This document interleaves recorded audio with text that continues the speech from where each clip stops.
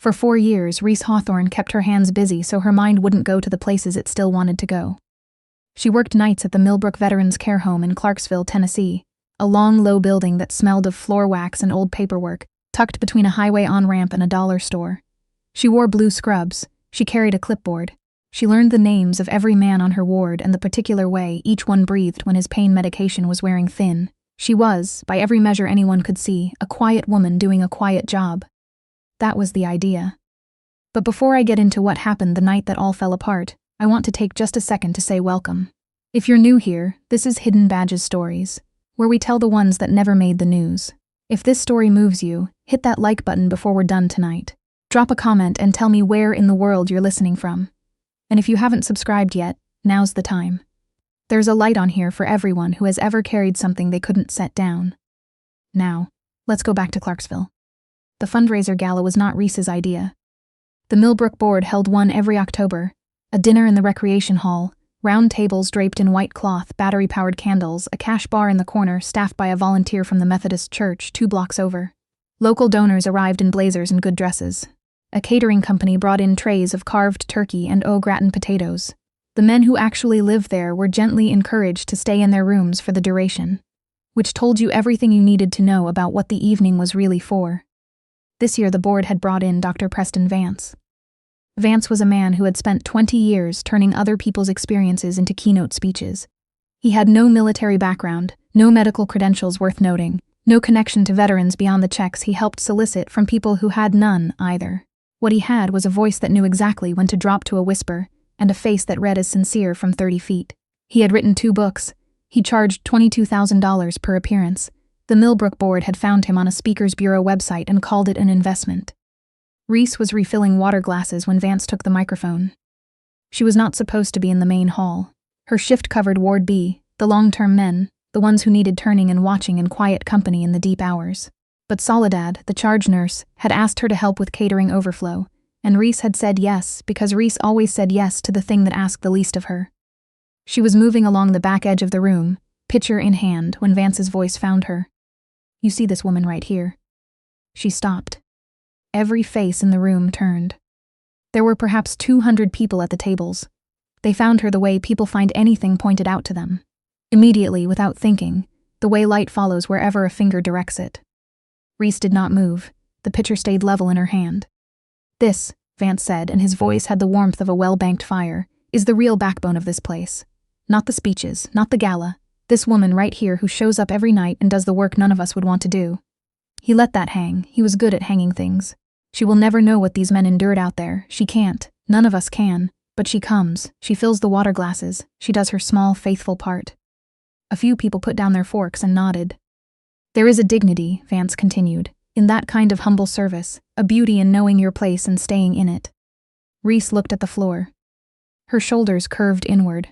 Her chin dipped. She made herself the size of the moment he had decided she was, and she felt the room accept it, and she turned and walked back through the service door without a word. She had learned to do this. It had taken a long time, and some things she still could not think about directly, but she had learned. Make yourself small, give them nothing to look at. Be the water glass woman and let the rest stay buried where you put it. The kitchen door swung shut behind her. She set the pitcher on the counter. Soledad looked up from her clipboard. "He do what I think he did." "It's fine." "It is not fine. That man has never set foot in this building before tonight, and he's using you like a prop for a speech." "Soledad," Reese met her eyes, "it's fine." Soledad studied her the way she always did, like a woman reading a map in a language she could almost speak. She had worked alongside Reese for 3 years and still felt she was standing at the edge of something very deep with no way to measure the bottom. "You are the strangest person I have ever liked," Soledad said. Reese almost smiled. "I'll take that." She pushed through the ward doors and let the noise of the gala fall away behind her. Ward B was where she actually lived, even if she did not sleep there. 14 men. The youngest was 61. The oldest was Harold Fitch, 84, who had done 2 tours in Vietnam with the 173rd Airborne and now needed help with everything except his opinions, which remained fully operational. There was a man named Pete, who had a laugh like a screen door, and a man named Jessup, who had not spoken in 6 weeks, and a man in the corner bed who cried every night at 2 a.m. for exactly 11 minutes, and then stopped and never mentioned it. And there was August Del Rey. Bed 7, 79 years old. Army medic Korea, and then a second tour in the early years of Vietnam before anyone back home had decided to start paying attention. He was built like a man who had once been large and had been slowly, carefully reduced. Not diminished, just concentrated, the way good stock reduces down to something you can't ignore. His eyes were the color of river water, and they were absolutely clear. He was awake when Reese came through. "They parading you around out there?" "Little bit." She checked his IV line, adjusted his blanket, ran her eyes over the monitor out of habit that had nothing to do with nursing school. "Heard that fellow's voice through the wall," August said. "Man sounds like he's selling something he's never tried. He's very successful at it." "I imagine." August watched her hands move over his chart. He watched her hands the way he watched everything, with the focused, patient attention of a man who had learned that what people said was usually the least interesting thing about them. You walk like somebody who knows where all the doors are without looking. Reese stilled. "Don't mean anything by it," he said mildly. "Just an observation. Old medic thing. You learn to read people's bodies the way you read terrain." He studied her. "There's a kind of quiet that comes from having nothing to prove. And there's a kind of quiet that comes from working very hard to prove you're nothing." He let that sit for a moment. "You've got the second kind, Reese." She looked at him for a long moment. Then she smoothed the blanket over his chest and said, "Get some sleep, August." "Something's off tonight," he said, almost to himself. "Air pressure's wrong. I can still feel it in the knee I wrecked outside Incheon." He closed his eyes. "I learned a long time ago not to ignore that knee." Reese paused in the doorway. "I'll check the perimeter," she said, and she meant it as a joke, but it didn't quite come out that way. August opened one eye. He nodded once, slow, like a man whose suspicion had been confirmed, then he closed it again. At 9:06 p.m., the ambulance bay doors at the south end of the building slammed open. Not the soft, controlled entry of a scheduled transfer, a crash, boots, a voice that knew exactly how to project without wasting breath. "Penetrating trauma, right thigh, junctional. He is crashing. I need a nurse. I need Hawthorne. Is there a Reese Hawthorne in this building?" Reese's head came up. Nobody called her by name like that. Not as a target, not as a last resort. Nobody in Clarksville even knew her middle name. She set down the chart she was holding very carefully, the way you set down something when every cell in your body has just switched registers. She came through the ward doors at a walk that looked unhurried and covered the distance in half the time it should have. The man on the gurney was big and built compact, the way men are built when their job requires them to fit through spaces that were not designed for large people. His right hand was buried 3 fingers deep in the crease of his own hip, and the blood soaking through his field dressing pulsed. Pulsed meant arterial. His skin was the color of old cement, and his breathing came in the specific short pattern of a man rationing himself.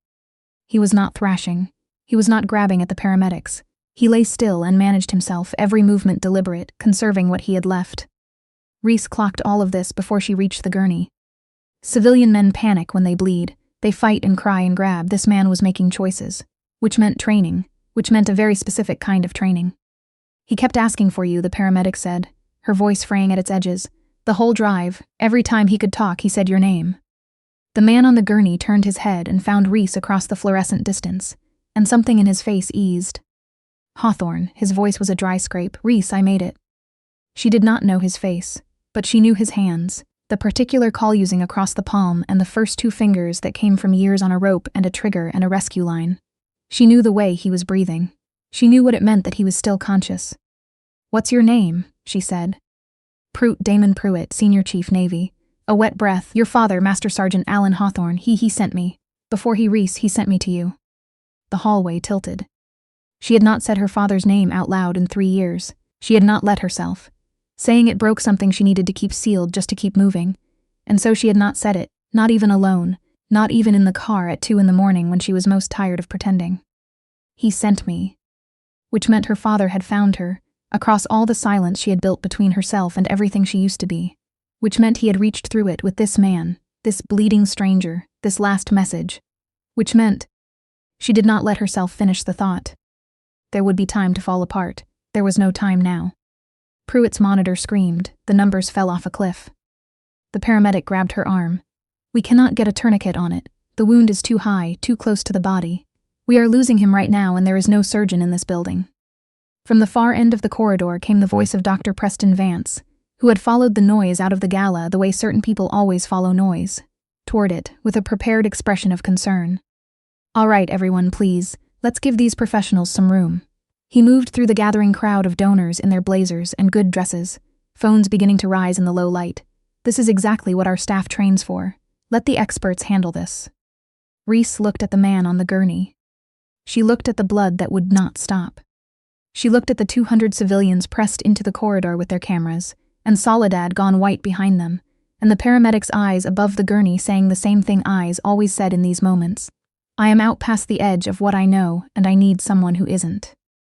If she stepped forward, the 3 years were over. Every wall, every early morning and every night shift, and every careful answer when someone asked about her past. Gone. In front of witnesses and their phones, and the small particular life she had built from what was left after the other one burned. She looked at Pruitt's face. His hand had crept off the gurney, reaching for something to hold on to. Reese caught it.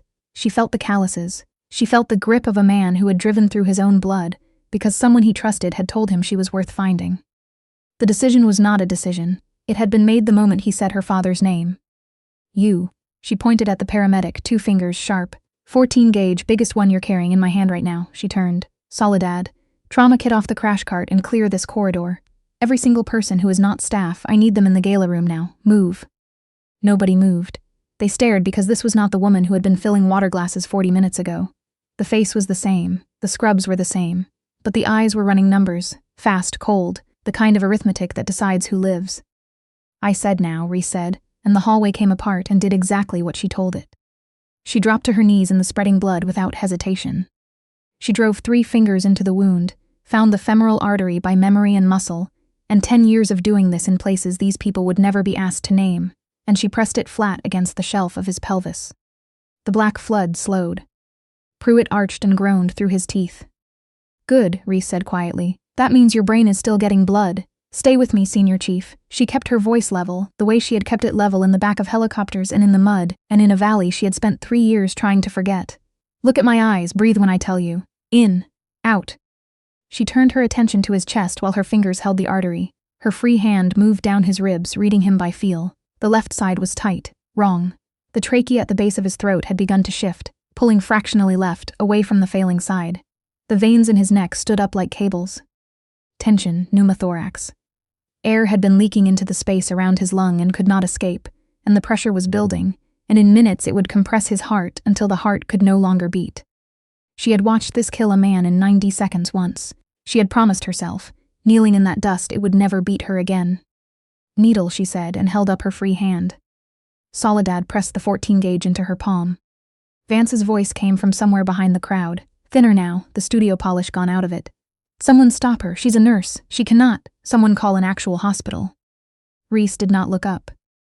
She found the spot on Pruitt's 3rd rib by feel, angled the needle, and drove it in with one smooth, controlled motion. The hiss was immediate, a long, sharp rush of trapped air releasing from the chest. The sound filled the corridor. Pruitt's next breath came deeper. Then deeper still. The blue at his lips began slowly to change. On the monitor, the falling numbers caught, held, began to climb. The corridor was completely silent. 200 people in good clothes, 2 paramedics, 1 charge nurse, 1 $22,000 speaker. All of them watching a woman in blue scrubs pull a man back from the edge of dying with her bare hands and a needle. An older man near the front, silver hair, a small silver pin on his lapel, the bearing of someone who had stood in formations for a long time, stepped forward slowly. Ma'am, he said. His voice was rough at the edges. I served 24 years. Ranger Battalion and then Special Operations Command. I know what I just watched happen on this floor. He looked at Reese and his voice dropped. That was a manual junctional hemorrhage control and a needle decompression of tension pneumothorax. I have seen that done exactly twice in my entire life. Both times it was not a nurse. He held her gaze. My son came home from Fallujah because of a woman who could do what you just did. I never got to find her. I never got to say thank you. He looked around the corridor and raised his voice. Whatever she is, whatever she was, this room owes her a debt it cannot pay. The room leaned in. Who are you? Nobody asked it out loud. But the question filled every square foot of that corridor, and Reese felt it like a change in pressure. She rose to her feet, let the paramedic take the compression from her, talked him through the handoff in 2 words, wiped her hands on the towel Soledad held out. She did not curl her shoulders inward. Her chin stayed level. When she spoke, her voice filled the room without effort. My name is Reese Hawthorne. She said it the way you say a thing you have not said in a very long time, carefully, and then all at once. Helicopter is how long out? 6 minutes, Soledad said, phone in hand. Tell them junctional hemorrhage controlled in the field. Tension pneumothorax decompressed. Patient is stabilizing but critical. They need vascular and thoracic standing by on the pad. She looked at the paramedic. Mark the time. This bleed is held by pressure, not closed.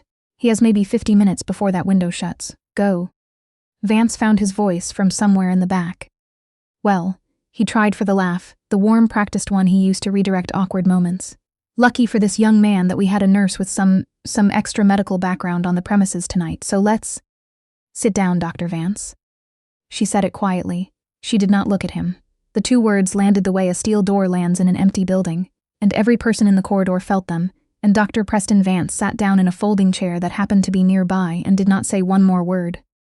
Pruitt's hand found her wrist as the paramedics prepared to move him. There's more, he rasped. Reese, listen. Your father, he was proud of you every year, even when you went dark, even when you stopped answering, he talked about you to the whole team. His voice was going thin. He made me promise 3 things: find you, give you the drive. He moved his free hand toward the left pocket of his torn jacket, and tell you it wasn't your fault. Her jaw tightened to stone. Kerrigan pass, Pruitt said. Your team didn't walk into a bad tip, Reese. They were sold. Route, timing, call signs, all of it. A man named Brett Callum, private contractor. He took the wire transfer and buried the paperwork. A wet breath. I spent 18 months getting the proof. Account records, communications, everything. It's on the drive. I was bringing it to the people who could end him. He looked at her, pale and certain. Someone ran me off the interstate, 2 rounds through the door. I drove past 3 hospitals to get here, because your father said you were the only one left who would know what to do with it. Reese's hands were very still. 3 years. 3 years of carrying the weight of a valley she had walked into and been the only one to walk out of. 3 years of lying in the dark in this small Tennessee town and hearing the specific silence of people who would never call her name again. It had not been her fault. She had known it was possible. She had refused to let herself know it. Because if it wasn't her fault, it meant someone had made it happen. And if someone had made it happen, they were still out there. And if they were still out there, then the version of her that had been buried in these blue scrubs would have to stand back up. She pulled the small waterproof drive from Pruitt's jacket pocket and closed her fingers around it. You did your job, she told him. Her thumb pressed against the back of his hand. You found me. Rest now, Senior Chief. I have the watch. His eyes closed. The hallway doors banged open at the far end. 3 men came through, plain dark jackets, moving fast and close and scanning the room from corners to center, not looking for exits, looking for threats, looking for one specific thing. The man in front stopped when he found Reese's face across the length of the corridor. He was lean and gray at the temples, and he moved like someone who had a bad ankle he'd learned to compensate for a long time ago. Reese recognized him before he said a word. Jonah, she said. Jonah Stroud, formerly Ground Branch, the man who had carried her out of a drainage ditch in Helmand on a night she still could not think about directly, almost smiled. Wraith, he said, you look terrible. I mean that with genuine affection. He stepped closer. We tracked Pruitt's phone. We've been 3 hours behind him all night. His eyes went to the drive in her hand. Callum knows Pruitt didn't die on the interstate. He knows Pruitt had a destination. He will have figured out the destination by now. The shape of the night shifted. She felt it the way August had felt it in his knee, a change in pressure, in what was about to come through the door. How many? Reese said. 5, maybe 6, all former operators. They are very good and they do not leave loose ends. Jonah's eyes swept the corridor, the 200 civilians, the donors still pressed against the walls with their phones. We can draw them out, lead them to open ground, reduce the exposure for the building. Reese turned and looked down the long hallway toward Ward B. 14 men who could not stand and run. 14 men who had spent the best years of their lives being asked to hold ground nobody else would hold, and had done it and come home to a building that smelled of floor wax and was used as a prop for fundraising galas. She looked at August's door at the far end of the corridor. No, she said, we hold the building, we hold the ward. Jonah searched her face. Then something in the hard line of his expression shifted, the way a man looks when he sets down a weight he has been carrying from a very long way. Wraith, he said quietly, there she is. He turned to the 2 men behind him. You heard her, this is her ground, we follow her lead. Reese was already moving. She crouched by Pruitt's gurney and pressed the drive into Soledad's hands. This goes to the medication room, inside the controlled substances cabinet, combination 2704. Do not tell anyone that combination except me or these 3 men, go. Soledad went. Reese straightened and turned the building into a board in her mind. She had done this in structures with no electricity and no maps and no backup. She could do it here. 2 entry points they'll use, she said. South Ambulance Bay, it's where Pruitt came in, they'll follow his route. And the East Maintenance Corridor, it's unlit, it puts them behind us. Direct path to the ward. They'll split. She looked at Jonah. Take your men and hold the South Bay. It's a choke point. 1 wide door. 2 disciplined men can hold a doorway all night if they keep their angles. Jonah nodded. East is yours. East is mine. She held his eyes for a moment. The ward stays with me. Nobody gets past me to those men. That's the mission. She did not wait for an answer. She was already moving toward Ward B. August was awake. Of course he was. His eyes found her the moment she came through the door, quick and clear in the red emergency light. Told you, he said. You told me. She crossed to his bed in 3 steps. August, I need something from you. Soldier to soldier. He did not blink at the word. He just looked at her with those river water eyes and waited. She pressed the drive into his hands and folded his fingers around it. He had known it was coming. She could tell by the way he closed his grip. Deliberate, certain. Hold this. Whatever you hear out there, whatever happens, you do not let it go and you do not let a single person touch it except me. Can you hold that line? August's grip tightened with a strength that startled her. The grip of a man who had held a perimeter before, in worse rain with worse men. Go on, he said. Go do what you came back here to do. I've got the package. She almost came apart right there. She did not have time. Heads down, she said to the ward. To every man in every bed, to the ones who were awake, and several were, and their eyes were steady, because they knew the sound of a building at war even after all these years. We have got you. Nobody comes through that door tonight. She turned to face the dark and went to work. A hospital is not an armory, but a hospital is full of tools for anyone with the eyes to read the environment, and Reese had been reading environments since before she could vote. She moved down the east corridor and seated her ground the way her father had taught her before her first deployment. The way you prepare a field before the enemy ever arrives. An oxygen cylinder from the wall mount, a crash cart positioned at the mouth of the alcove, a fire extinguisher unclipped and ready, a heavy IV stand wheeled into the shadow of the doorway. Prepare the ground. The fight is half won before the first shot is fired. The east maintenance door eased open 20 minutes later. 4 shapes moved through it in low, smooth formation, night vision down, weapons up. The confidence of men who had done this in a dozen countries and never once come home without what they came for. They had never done it on Reese Hawthorne's ground. She let the lead man pass the mouth of the alcove. Then the oxygen cylinder came around in a short, controlled arc, and the lead man folded and did not rise.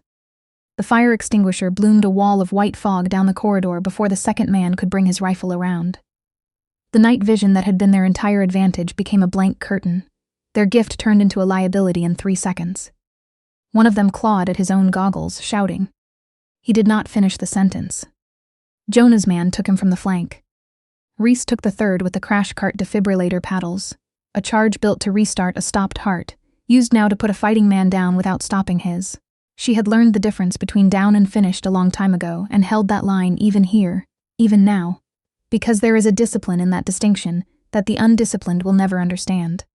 The fourth was the smart one. He gave ground, found a wall at his back, and swung his weapon toward the ward door.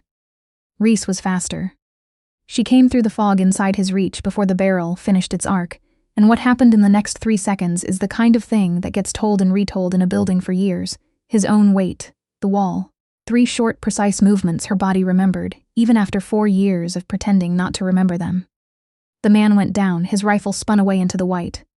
4 men, under 90 seconds, not one shot into that ward. In the red dark, the old soldiers lay in their beds and said nothing. They had seen combat before, decades ago in jungles and mountains and desert sand, and they recognized it when it walked back into the room. They held still and they watched, and not one of them made a sound. August held the drive, pressed against his chest, and thought, not for the first time, that he had been right about this nurse from the very first week. The radio in her hand clicked. Jonah's voice came through, clipped and steady. South Bay secure, 4 down, restrained, but Reese, Callum wasn't with them. He's not in the assault team. Her blood went cold for the second time that night. She had pulled all her attention to the known entry points, and left the ward with an old man and a drive and no one else.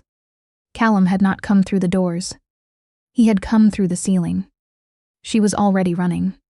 He had used the maintenance crawl space above Ward B, an access route that appeared on no map she had seen and was known only to the building's original contractor, and apparently to Brett Callum. He stood over August's bed in the dim red emergency light. He was a large, calm man with a pistol in one hand and the patience of someone who had done this kind of work for a long time. Just the drive, old-timer, Callum was saying, his voice reasonable and soft. That's the whole transaction. Hand it up and we both go back to our evenings. August Delray looked up at the man with the gun. 79 years old, 2 wars, lungs that had been giving out since February, one slow, careful breath at a time. He pulled the drive a little closer against his chest. Son, August said, I have been dying for 7 months now. You are going to have to come up with something considerably more persuasive than a firearm. Callum sighed the sigh of a man who is tired of people who will not simply cooperate. He raised the pistol. Callum. He turned toward his name. Reese stood in the doorway with white fog curling around her ankles and another man's blood drying on her hands. Her braid had come completely undone. Her blue scrubs were torn and pale with extinguisher fog. She held no weapon, she didn't need one. The steadiness in her green eyes was its own kind of thing. Brett Callum, who had sold the coordinates of 6 American operators for a wire transfer and then gone on to build a very comfortable life, looked genuinely afraid. Hawthorne's girl, he said. I heard you buried yourself, I heard you quit. I did, Reese said. You're the reason. She took one step into the ward. His gun hand tracked her. There was a tremor in it, small, but she saw it the way she saw everything, as information. Easy, he said. I take the drive. I go back up through that crawl space. Nobody else in this building gets hurt tonight. You have my word. Put the weapon down, Brett. Can't do that.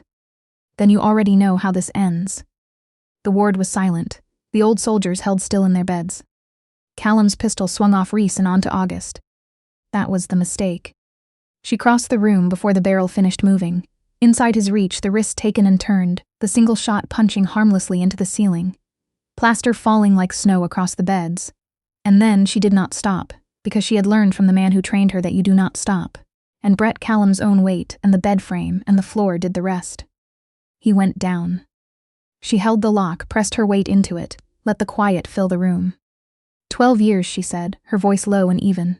12 years I did this work for my country. You sold my team for a wire transfer and let me believe their blood was on my hands. I carried that for 4 years, Brett. Callum breathed through the pain of the hold. So finish it, you want to, I can feel it. A long moment passed. No, Reese said, that's who you are, that's not who I am. She drew his hands behind his back and bound them with the cord from the window blinds. A knot she had tied in the dark, on 3 continents, more times than she would ever count. You're going to live, she said. You're going to stand up in a courtroom under bright lights, and every name in that drive is going to stand there beside you. That's not mercy, it's worse. You're going to watch everything you built come apart in front of a room full of people, and the whole world is going to see exactly what you always were. The blue and red wash of police lights came spilling down the corridor 22 minutes after she had called for them, exactly as she had known they would. Jonah came through the ward door, looked at Callum face down on the linoleum and bound at the wrists, and let out one long, slow breath. You held the ward, he said. I held the ward. August Delray held the drive up in one trembling hand. His voice was steady and full of a dignity that had nothing to do with age. I believe this belongs to the United States government, he announced to the room. Perimeter held, no casualties. You can put that in the report. Reese crossed to his bed. She took the drive and then she took his thin, papery hand, and for the first time in 4 years she let her eyes fill. She did not fight it. Outstanding work, she whispered. Knew you had it in you, August said, his voice going soft. There's a difference between humble and hiding. I told you that the first week. His fingers tightened on hers. Don't go back underground, girl. A thing as good as you doesn't belong buried. His eyes found hers in the dim light. Promise an old man. I promise, she said. And she meant it. By the time the sun came up over Clarksville, it was over. Pruitt survived. The surgeons at Vanderbilt took the round from his hip and told him he would keep his leg and in 6 months most of his mobility. He sent Reese a text from recovery that said only, "Your father was right about you." She read it in the parking lot and sat with it for a long time before she went back inside. Callum and the men who worked for him went into federal custody. The drive passed into the hands of serious people who spent the better part of a year dismantling everything Callum had built on the graves of better people. Dr. Preston Vance stood alone in the emptied recreation hall for a long time after everyone else left. When Reese found him there at dawn, he could not meet her eyes. He said he owed her an apology. He said it the way people say things when all the performance has been stripped out of them, and only the bare fact of themselves is left. All those years, he said, all those stages, I have never done a single thing like what I watched you do tonight. Reese looked at him for a moment. She could have taken him apart with one sentence and every person who would ever hear about this night, would have cheered her for it. She chose a different sentence. Then stop selling it, she said, not cruelly, almost kindly. Go find out what it actually costs. When you know that, really know it, maybe you'll have earned the right to talk about it. She left him in the morning light and did not look back. Jonah was waiting for her by the doors. She recognized the look on his face before he said a word. We could use you back, Wraith. Full reinstatement. New ground, new cover, clean slate. Just say the word. It was everything she had been. The shadows, the mission, the clean, cold purpose of being exactly the right instrument for the work that needed doing. Reese looked back down the corridor toward Ward B, toward 14 men who had been asked to hold ground. Nobody else would hold and had done it, and come home to a building that most of the city did not know existed. She thought about August's hand on hers in the red light. No, she said. Jonah waited. I spent 4 years hiding because I convinced myself small was the same as safe. And I spent 12 years before that convinced that the only way to matter was to be a weapon. She shook her head. I had it wrong both times. Then what? Jonah asked. What does Reese Hawthorne do now?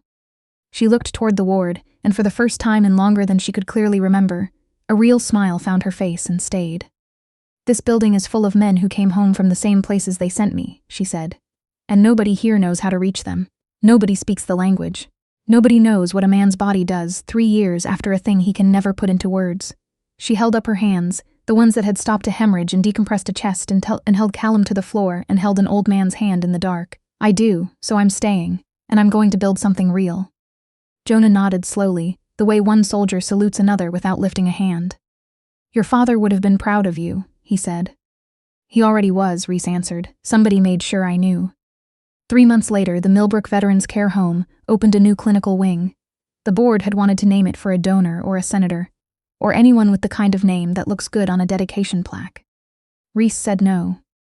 She named it the Delray Center, for an Army medic who had held a perimeter on the worst night of his long life and never once let go of what he was asked to hold, and who lived just long enough to see his name go up over the door before his tired lungs finally, gently, let him rest. On the morning the wing opened, a young veteran came through the doors alone, 26 years old, 2 tours, shaking in a way he had not been able to explain to anyone, certain down to his bones that no living person would understand what was wrong with him.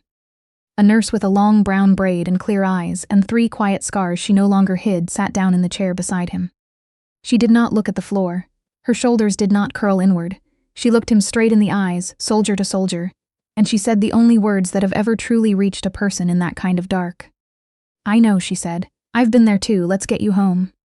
What we owe the ones who served is not a speech or a gala or a building named for someone who never bled for it. What we owe them is the truth, that we see them, that we know the cost, that we are willing to sit in the hard quiet of what they carry and not look away. Reese Hawthorne spent 4 years making herself invisible because she thought invisible was the same as healed. It took 1 bleeding man and 1 sleepless night and 1 old soldier with river water eyes to teach her what her father had known all along. The bravest thing a person can do is not to hide the best of what they are. It is to bring it all the way out into the open light and let it finally be of use.